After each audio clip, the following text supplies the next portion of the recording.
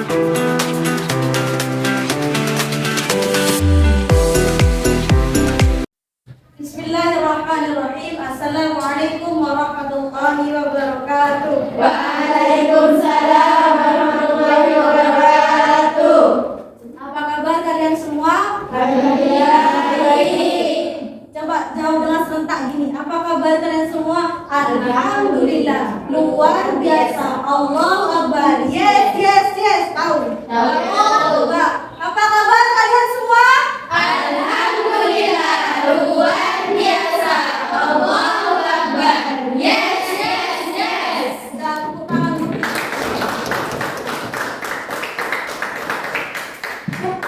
Sebelum memulai pelajaran, alangkah baiknya kita berdoa terlebih dahulu. Siapa ketua kelasnya? Dipimpin deh. Berdoa dimulai. Bismillahirrahmanirrahim.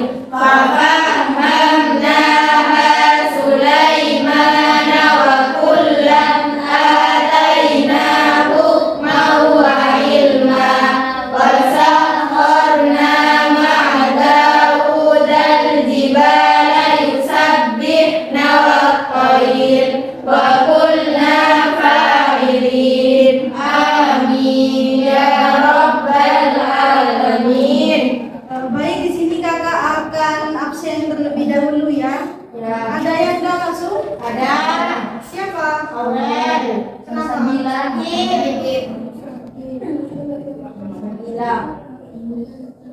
Absen nomor berapa, Aurel? 9. Ya. Jadi yang lain hadir ya. Ya. Kita doakan bersama-sama semoga Aurel cepat sehat dan kembali lagi ke sekolah bersama kita semua. Amin.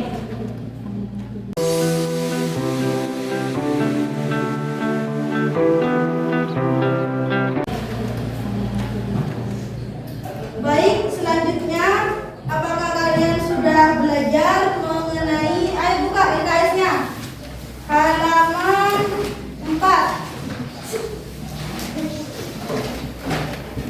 Di sini kakak akan menjelaskan sedikit saja, nanti kalian akan di sini dilakukan pembelajaran yang namanya metodenya itu role playing, artinya bermain peran. Nanti kakak akan menginstruksikan kalian. Nah, di sini kakak akan menjelaskan terlebih dahulu proses masuknya Islam di Indonesia. Ada berapa teori?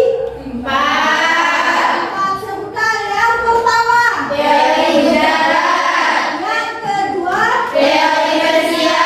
yang ketiga, Teori Mekah. yang keempat. Teori Cina.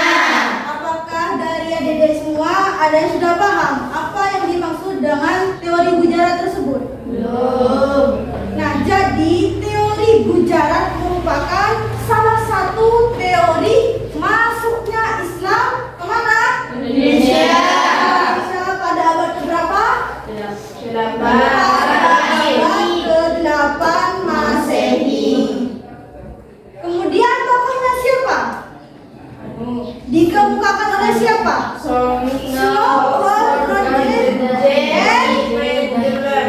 Nah, kemudian yang teori Persia. Teori Persia ini merupakan yang kedua dari macam-macam teori masuknya Islam di Indonesia. Teori Persia ini masuk sejak abad keberapa?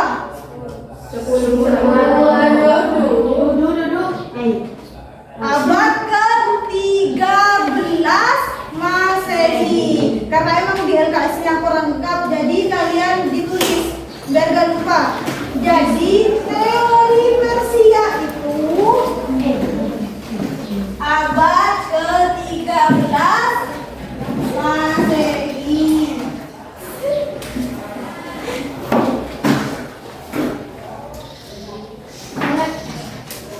Teori Persia.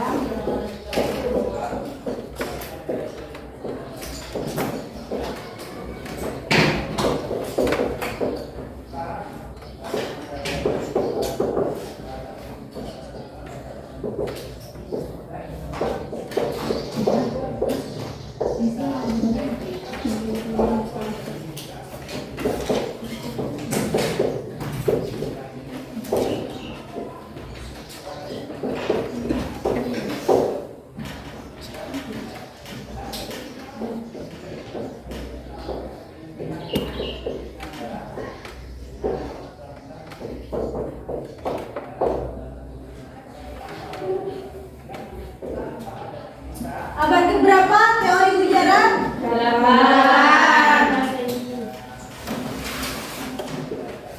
Abad ke-8 Masehi. Persia? 13. Abad ke-13. Mekah? 7.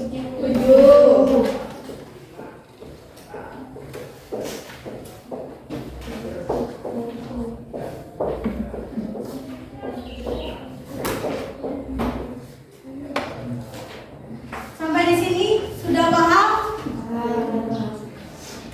Ayo sambil dengarkan ya. Yang ketiga yaitu adalah teori Mekah. Teori Mekah dicetuskan pada abad ke-7. Sedangkan yang keempat yaitu teori Cina. Nah, abad keberapa? 7. Nah, abad ke-7. Jadi teori Mekah dan teori Cina ini tidak jauh berbeda waktunya. Sama-sama abad ke-7 Masehi.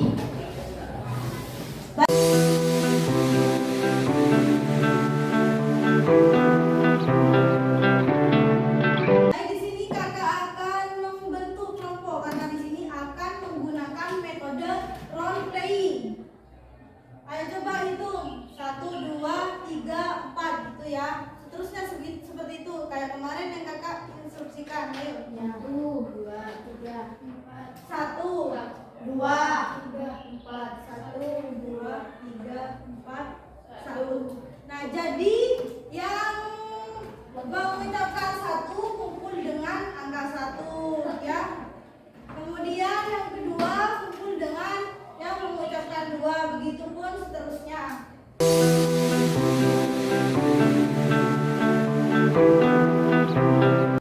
Yang kelompok 1 terlebih dahulu, ayo maju ke depan.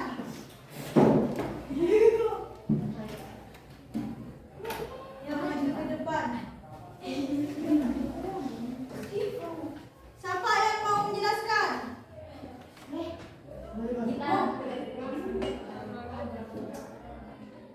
Ayo di sini berbaris dulu. Berbaris dulu. Siapa? Ketua kelompoknya kita. Nah, kita.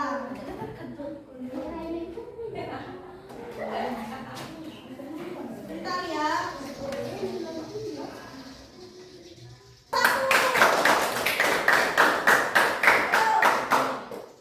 Teori ujaran. Saya adalah teori ujaran. Saya adalah teori yang pertama kali masuknya Islam ke Indonesia. Saya masuk ke Indonesia sejak abad ke-8 Masehi. Bukti saya adalah teori masuknya Islam ke Indonesia berupa batu nisan Sultan Samudra Pasar Malik As-Saleh tahun 1293 yang bercorak ujaran. Selain itu, corak pada diri saya cenderung memiliki warna tasawuf. Seperti diketahui bahwa bangsa Indonesia pada masa itu telah menjalin hubungan dagang dengan India. Yo, tepuk tangan.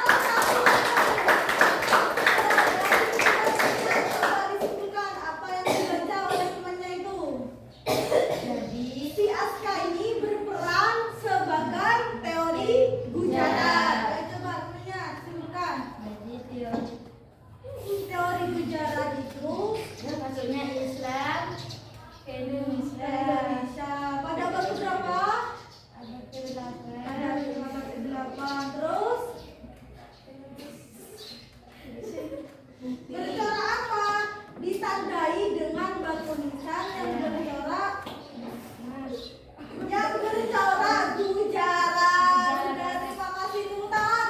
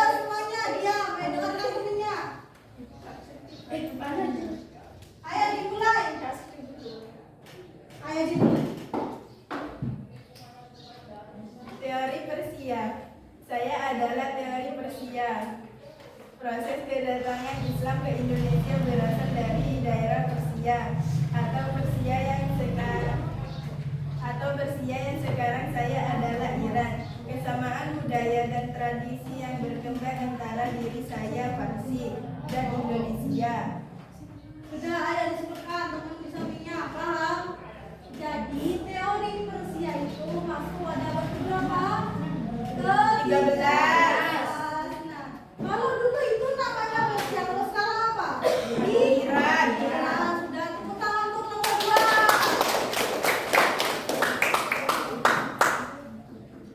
Kemudian nomor 3, yang maju nomor 3. Tiga rek. Sopo tiga aku. Saya berperan sebagai Rek. Kepada Ibu Ririn. Ayo, ayo. Teori Mekah Arab. Saya adalah teori Mekah. Saya adalah teori yang berlangsung pada abad pertama Hijriah atau abad ke-7 Masehi. Motivasi awal kedatangan orang Arab tidak dilandasi oleh nilai-nilai ekonomi, melainkan didorong oleh motivasi spiritual penyebaran agama Islam. Sudah, ayo simpulkan temannya bahwa teori Mekah atau teori Arab itu berlangsung pada abad berapa? Abad ke-7 Masehi. Kemudian di situ apa? Ayo deh baca lagi. Berarti temennya belum mendengarkan, ayo ulang lagi. Teori Mekah Arab. Saya adalah teori Mekah.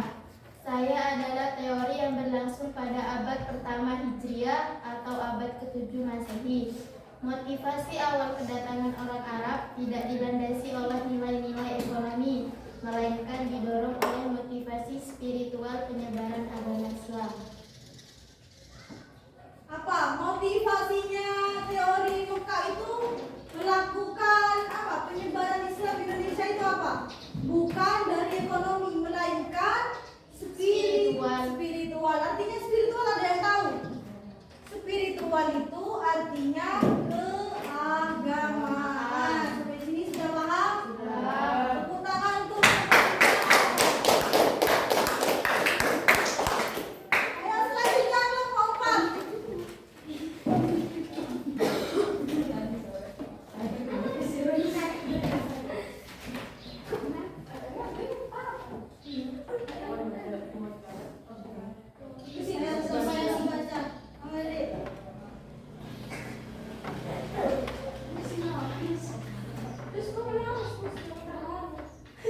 Ayo, kasih semangat untuk teman-teman. Teori Cina. Saya adalah teori Cina. Proses Proses kedatangan Islam ke Indonesia, khususnya di Jawa, berasal dari perantau Cina. Ajaran Islam telah sampai di Cina pada abad ke-7 melalui hubungan perdagangan.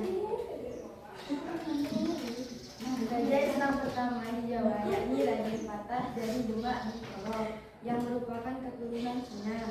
Bukti-bukti lainnya adalah masjid-masjid tua yang bernilai arsitektur Tiongkok yang didirikan oleh komunitas Cina di berbagai tempat, terutama di Pulau Jawa. sudah, ayo simpulkan samping-sampingnya. Apa?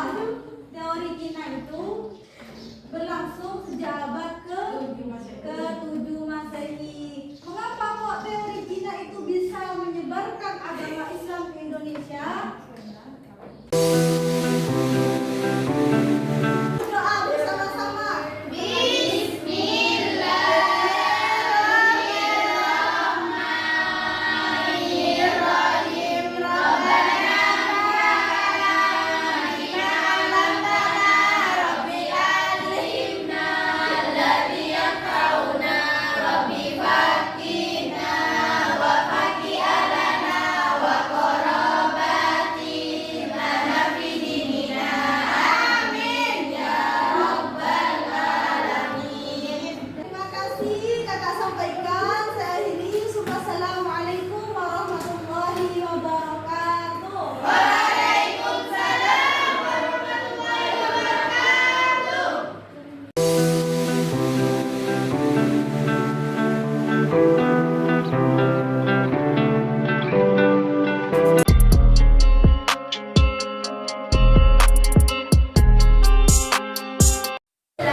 Assalamualaikum warahmatullahi wabarakatuh. Waalaikumsalam warahmatullahi wabarakatuh. Sebelum pembelajaran dimulai, berdoa dulu. Ayo.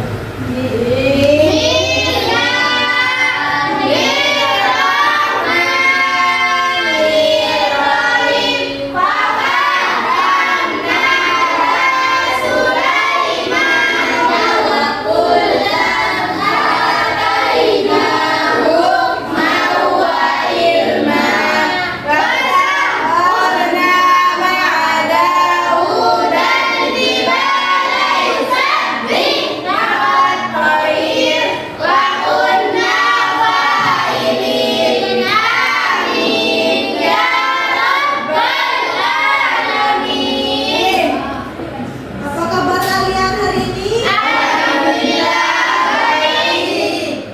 Kalau kemarin gimana?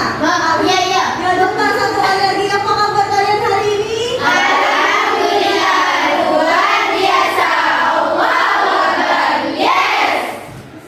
Sekarang masuk semua ya?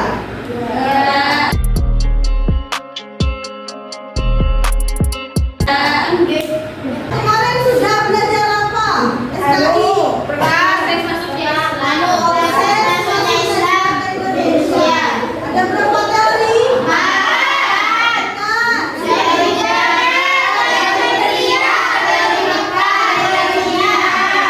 Bagus, tepuk tangan untuk kita semua.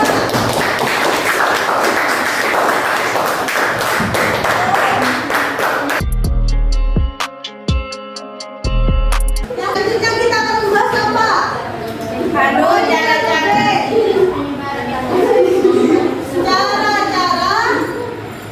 Proses penyebaran Islam di Indonesia. saya beri waktu kalian untuk mempelajarinya selama 5 menit. Cukup ya?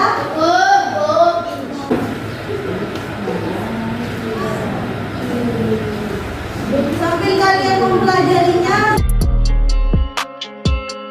mengetahui atau mengingat secara permanen cara-cara proses penyebaran agama Islam di Indonesia. Jadi metode learning itu adalah bermain perang. Jadi instruksinya role-playing bentuk kelompok sesuai yang kemarin ya sudah. Kemudian di sini saya akan memberikan skenario.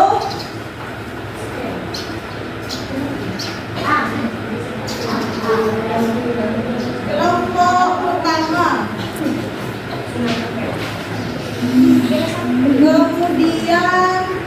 Kemudian kelompok kedua.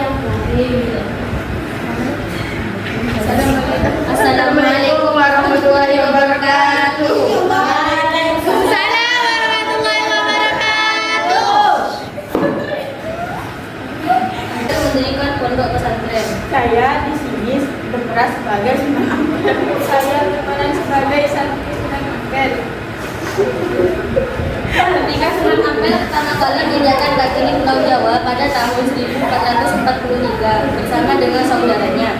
Beliau menetap di Tuban. Saat menetap di Tuban, Sunan Ampel mengunjungi kerajaan Majapahit untuk mengunjungi bibinya. Raja Majapahit kemudian memberikan hadiah tanah yang berada di Ampel Desa, Surabaya. Di tanah pemberian Raja Majapahit, bila Sunan Ampel kemudian mendirikan pondok pesantren dan mulai berdakwah. Dari sinilah beliau mulai dijuluki dengan nama Sunan Ampel karena mengambil nama daerah tempatnya berdakwah untuk pertama kali. Hal tersebut merupakan cara menyebarkan agama Islam oleh Sunan Ampel dengan mendirikan pondok pesantren. Sebelum kita masuk Islam, kita membaca 2 kalimat syahadat. Ikuti saya ya. Asyhadu alla ilaha illallah wa asyhadu anna Muhammadar Rasulullah.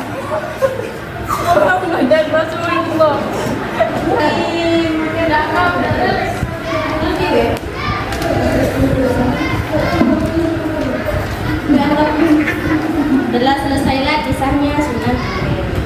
Terima kasih. Assalamualaikum warahmatullahi wabarakatuh. Tepuk tangan dulu untuk kelompok 1. Selanjutnya yaitu dari kelompok 2 yang maju. Aman. Dari Ben.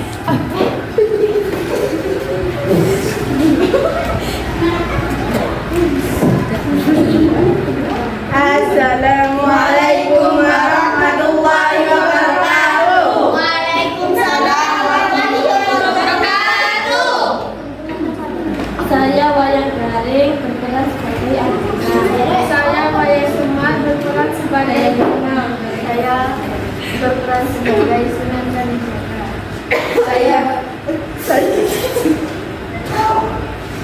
Saya Wayang Petro berperan sebagai Yudhistira.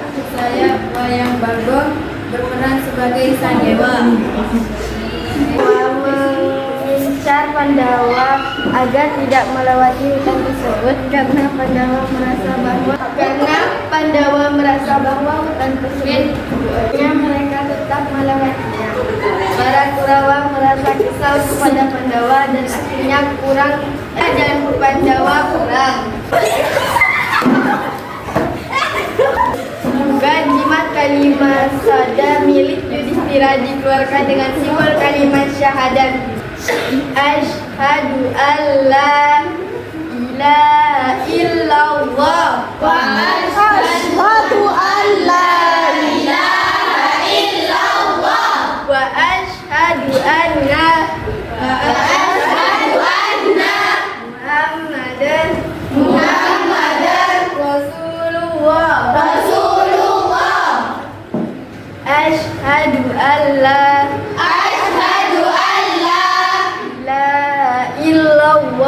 ilaha illallah wa asyhadu anna Muhammadar Rasulullah. Asyhadu an la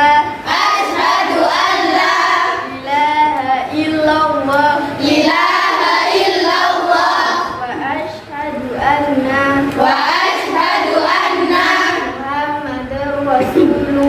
Muhammadar Rasulullah. Akhirnya Pandawa menang dari para Kurawa dan Pandawa pun melanjutkan perjalanannya. Pandawa merupakan 5 orang anak laki-laki yang disimbolkan sebagai rukun Islam. 1. Membaca kalimat syahadat. 2. Mengerjakan sholat 5 waktu. 3. Membayar zakat. 4. Puasa Ramadan. 5. Naik haji. Setelah selesai kisah perlawanan para Kurawa melawan Pandawa, saya ucapkan terima kasih. Assalamualaikum warahmatullahi wabarakatuh. Tepuk tangan untuk kelompok 2. Selanjutnya kelompok 3, ayo beri tepuk tangan. Semangat. Kelompok 3 silakan maju. Kisah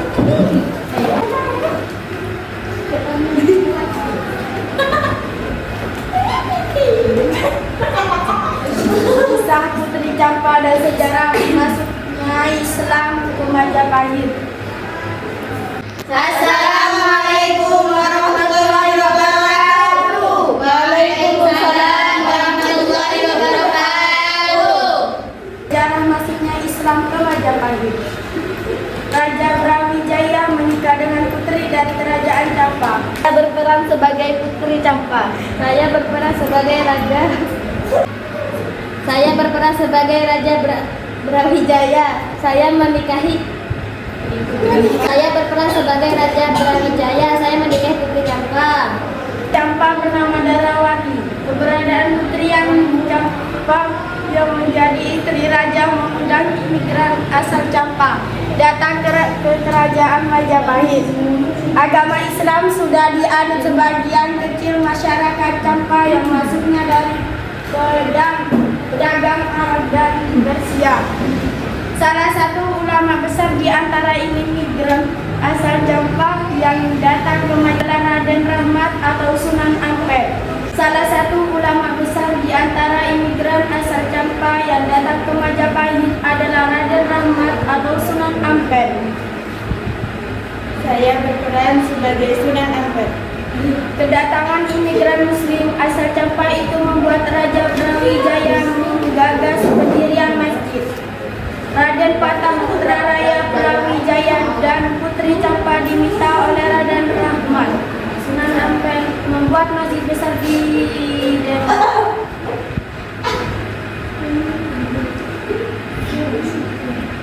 Saya berperan sebagai Raden Patah, anak dari Raja Brawijaya dan Putri Campa.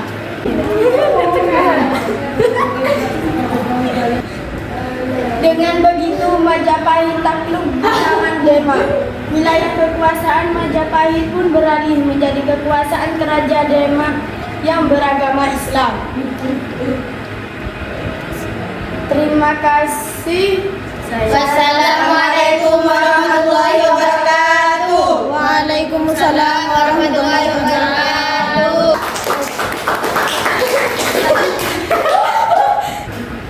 Jadi bisa dipahami ya bahwa cara-cara proses masuknya Islam ke Indonesia itu ada apa saja, dan tadi dari kelompok 1 yaitu melalui pendidikan. Kenapa? Karena Sunan Ampel mendirikan pondok pesantren dan beliau berdakwah di pondok pesantren yang telah beliau dirikan. Sampai di sini sudah paham dari kelompok 1? Sudah. Kemudian yang kelompok 2 yaitu Sunan Kalijogo dalam menyebarkan agama Islam.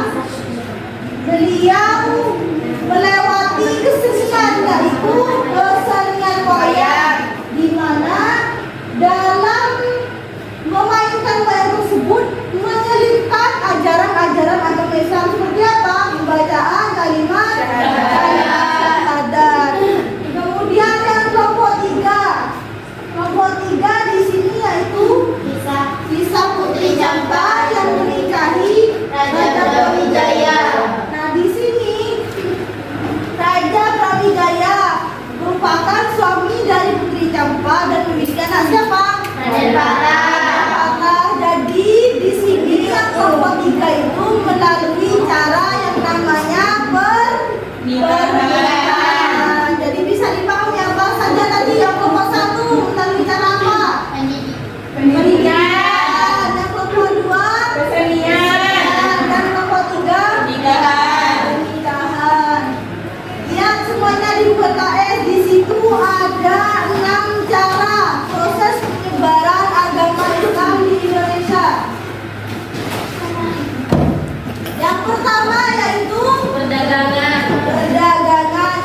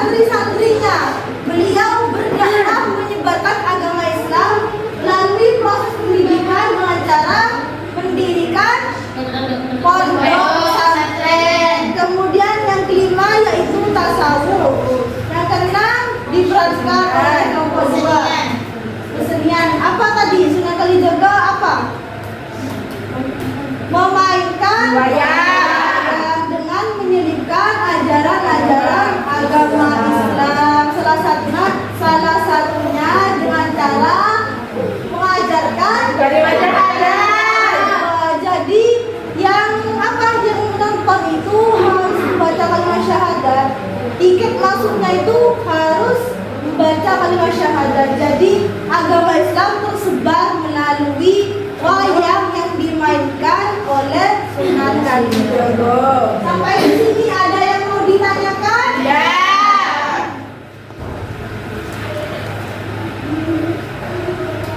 Tepuk tangan untuk kita semua. Kalian